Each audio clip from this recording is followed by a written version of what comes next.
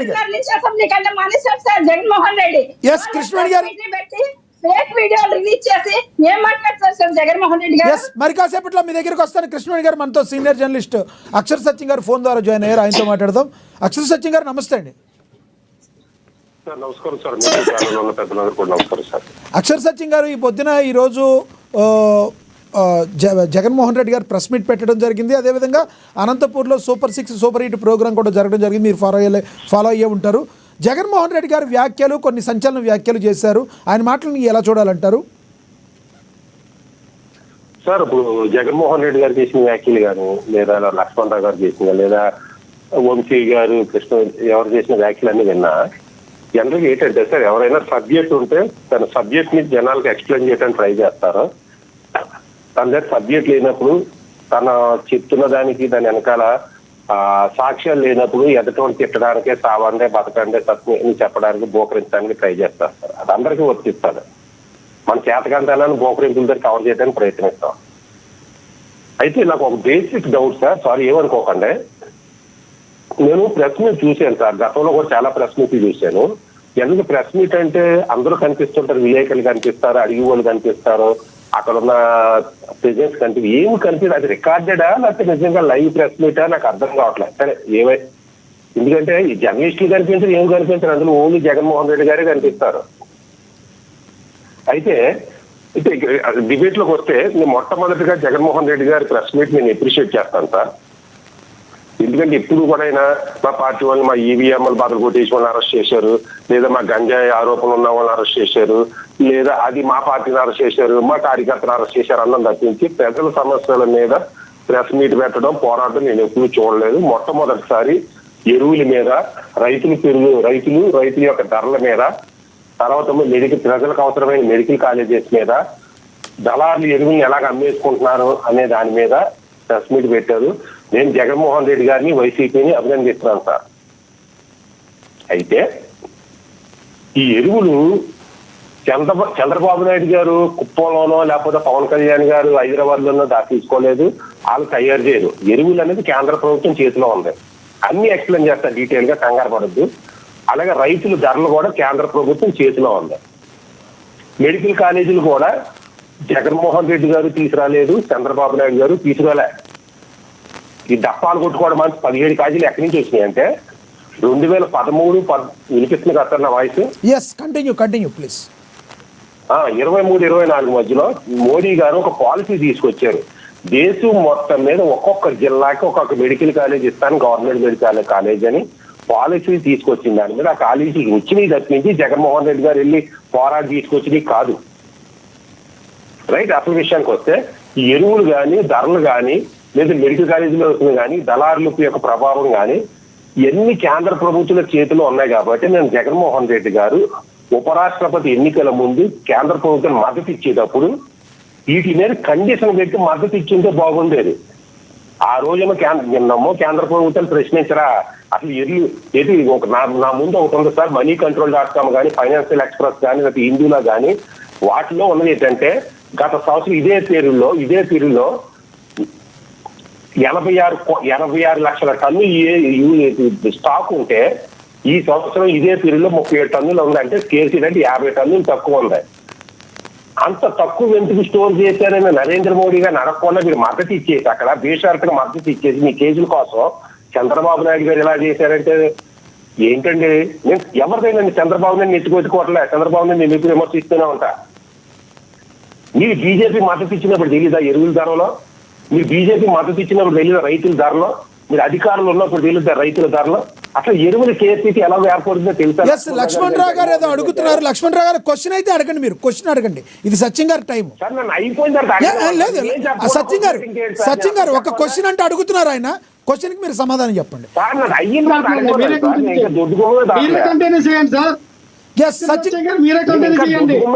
కాశీ ఎంత దూరం అంటే ఎక్కడ సార్?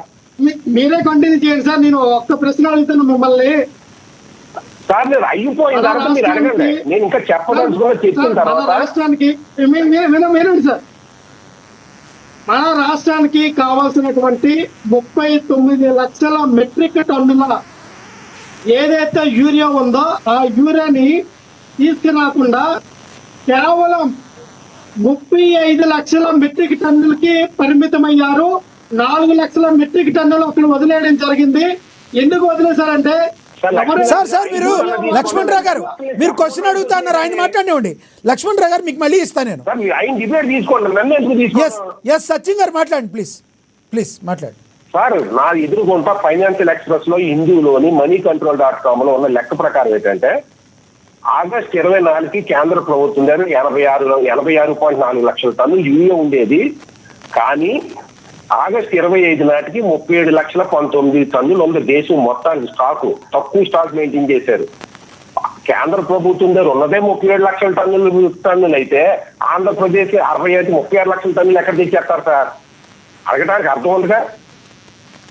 ఇదే స్కేర్సిటీ ఇక్కడున్న నేషనల్ మీడియాలో కర్ణాటక, తెలంగాణ, పంజాబ్, మధ్యప్రదేశ్, ఉత్తరప్రదేశ్, ఆంధ్రప్రదేశ్ లాంటి రాష్ట్రాల్లో విపరీతంగా స్కేర్సిటీ ఉంది. కానీ దేశం అంతా స్కేర్సిటీ ఉంది. వాళ్ళు ఆచరణ సొంత కవిత్వాలు చెప్తూలే. అసలు యూరియా స్కేర్సిటీ రావడానికి కేంద్రం తక్కువ స్టాక్ మెయింటైన్ చేయడానికి కారణం ఏంటంటే అనేక కారణాలు. ఒకటి, ఇంటర్నేషనల్ గా యూరియా రేట్స్ పెరిగినాయి, ఆ ఇన్పుట్స్ రేట్స్ పెరిగినాయి. తర్వాత ఈ వార్స్ జరుగుతున్నాయి కదండి, ఈ ఇరాన్ వార్ కానీ, ఇజ్రాయెల్ వార్ కానీ, తర్వాత రష్యా ఆ వార్ కానీ, అన్ని ప్రభావం వల్ల ఈ రూట్స్ క్లోజ్ అయిపోవడం వల్ల యూరియా సప్లై ఆగిపోయింది, ఇంపోర్ట్స్ ఆగిపోయినాయి. దానికి తోడు వర్షాలు గత సంవత్సరం కంటే ఈ సంవత్సరం విపరీతంగా ఉండడంతో అవసరం పెరిగింది. దాని తోడు డిమాండ్ ఎప్పుడైతే పెరిగిందో, సప్లై ఎప్పుడైతే తగ్గిందో స్కేర్సిటీ వచ్చిన తర్వాత ఏ పార్టీ వాడన్నా కొన్ని తప్పుడు పని చేస్తుంది. వైసీపీని ఇదే పని చేసి ఉండేది.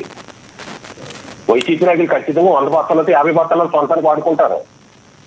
రైట్, కంక్లూడ్ చేయండి సార్, కంక్లూడ్ చేయండి. సచిన్ గారు తెలియకుండా అసలు యూరియా అంటే తెలియకుండా, యూరియా అసలు కేంద్రం దగ్గర ఎంత స్టాక్ ఉందో తెలియకుండా, మీరు కేంద్ర ప్రభుత్వాన్ని ప్రశ్నించకుండా బేసిక్ గా మద్దతు ఇచ్చేసి చంద్రబాబు నాయుడు తీసే ఉపయోగం అని చెప్పండి.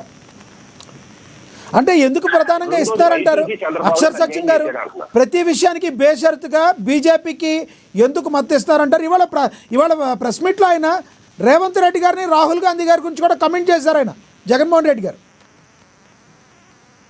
వీళ్ళ ముగ్గురు ఒకటే. అడగడం మానేసి రాహుల్ గాంధీ అధికారులే రాహుల్ గాంధీని కామెంట్ చేస్తే ఉపయోగం ఏంటి సార్? ఇప్పుడు ఎరువులు స్కేర్సిటీ అన్నది రేవంత్ రెడ్డి చేతిలో లేదు. ఎరువుల స్కేర్సిటీ అన్నది ఇక్కడ కర్ణాటక ముఖ్యమంత్రి సిద్ధరామయ్య చేతిలో లేదు. ఎరువుల స్కేర్సిటీ అన్నది చంద్రబాబు నాయుడు చేతిలో లేదు, కేంద్ర ప్రభుత్వం చేతిలో ఉంది. రైతుల యొక్క ధరలను మోసం చేసి చంద్రబాబు నాయుడు అంటున్నారు. అసలు 70 సంవత్సరాలలో రైతులకి న్యాయం చేసిన ప్రభుత్వం పేరు చెప్పండి. ఏం మాట్లాడుతున్నారు మీరు?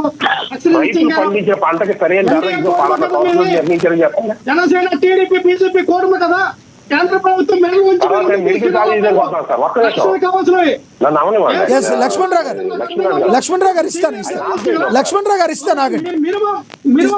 మీరు నోట్ చేసుకోండి, ఇస్తారు, ఆయన మాట్లాడినివ్వండి, ఆయన కంక్లూడ్ చేస్తారు. సచిన్ గారు కంక్లూడ్ చేశాక మీరు మాట్లాడండి. సచిన్ గారు ప్లీజ్ కంక్లూడ్ చేయండి. మెడికల్ కాలేజీ విషయానికి వద్దాం సార్. మా అబ్బాయి కూడా ఎంబీబీఎస్ స్టూడెంటే, రైట్? మెడికల్ కాలేజ్ అన్నట్టు బిల్డింగ్ కట్టేసి ఆ బిల్డింగ్ జీవించి ఎంబీబీఎస్ సీట్లు తెచ్చేయండి, నేను ఎంబీబీఎస్ పెట్టేస్తానంటే నో యూజ్ అండి.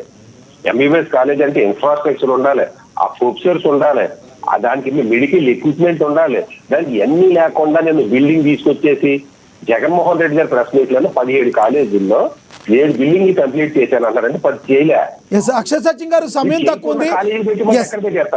తెచ్చారు. ఏడాదిలో ఏం చేశారు మీరు? గతంలో ఆరోపణలు వచ్చినాయి.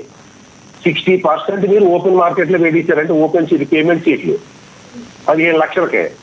మీరు కాలేజీ తీసుకొచ్చి ఉపయోగం ప్రైవేట్ నమ్ముకోవడం గవర్నమెంట్. కంక్లూడ్ చేయండి అక్షర్ సచిన్ గారు, కంక్లూడ్ చేయండి.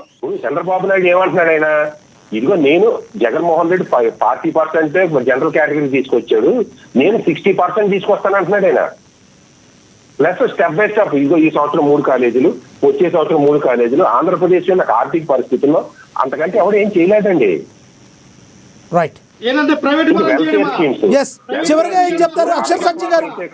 అక్షర్ సచిన్ గారు చివరిగా ఏం చెప్తారు చెప్పండి, కంక్లూడ్ చేయండి. 30 seconds. లక్ష్మణ్ రావు గారు ఆగండి ప్లీజ్. లక్ష్మణ్ రావు గారు ఆగండి, కొంచెం ఓపిక పెట్టండి. లక్ష్మణ్ రావు గారు ఆగండి. సచిన్ గారు కంక్లూడ్ చేయండి. 30 seconds. జగన్మోహన్ రెడ్డి గారు కానీ, చంద్రబాబు నాయుడు గారు కానీ, దేశంలో ఉన్న మిగిలిన పార్టీలు కానీ, మిగిలిన రాష్ట్రాలు కానీ అధికారాన్ని కొనుక్కుంటున్నారు. కొనుక్కోవడం కోసం వెల్ఫేర్ స్కీమ్ స్టార్ట్ చేస్తున్నారు కానీ మన దగ్గర డబ్బు ఉందో లేదో చూసుకోవట్లే. ప్రజలు కూడా అమ్ముడుపోతున్నారు. 5,000 ఓటుకు తీసుకుని మళ్ళీ సారా ఇచ్చి, మందు ఇచ్చి వెల్ఫేర్ స్కీమ్స్ ఇచ్చి డెవలప్మెంట్ చేయమంటే మెడికల్ కాలేజీలు కావాలి, మా ఊరికి బ్రిడ్జ్ కావాలి, మాకు రైతులకు పంట గిట్ట రేట్లు కావాలి, ఎక్కడి నుంచి వచ్చేస్తాయి? Right. ప్రజలు అమ్ముకోవడం మానేయాలి. Yes. తర్వాత రాజకీయ పార్టీలు రాజకీయాలు కొనుక్కోవడం మానేయాలి. ఉన్నంతలో వెల్ఫేర్ స్కీమ్స్ సూపర్ హిట్ కావాలి, హిట్టే. రైట్ అక్షర్ సత్యం గారు, మీ విలువైన సమయం కేటాయించినందుకు ధన్యవాదాలండి. ఎస్ వంశీకృష్ణ గారు, కంక్లూడ్ చేయండి.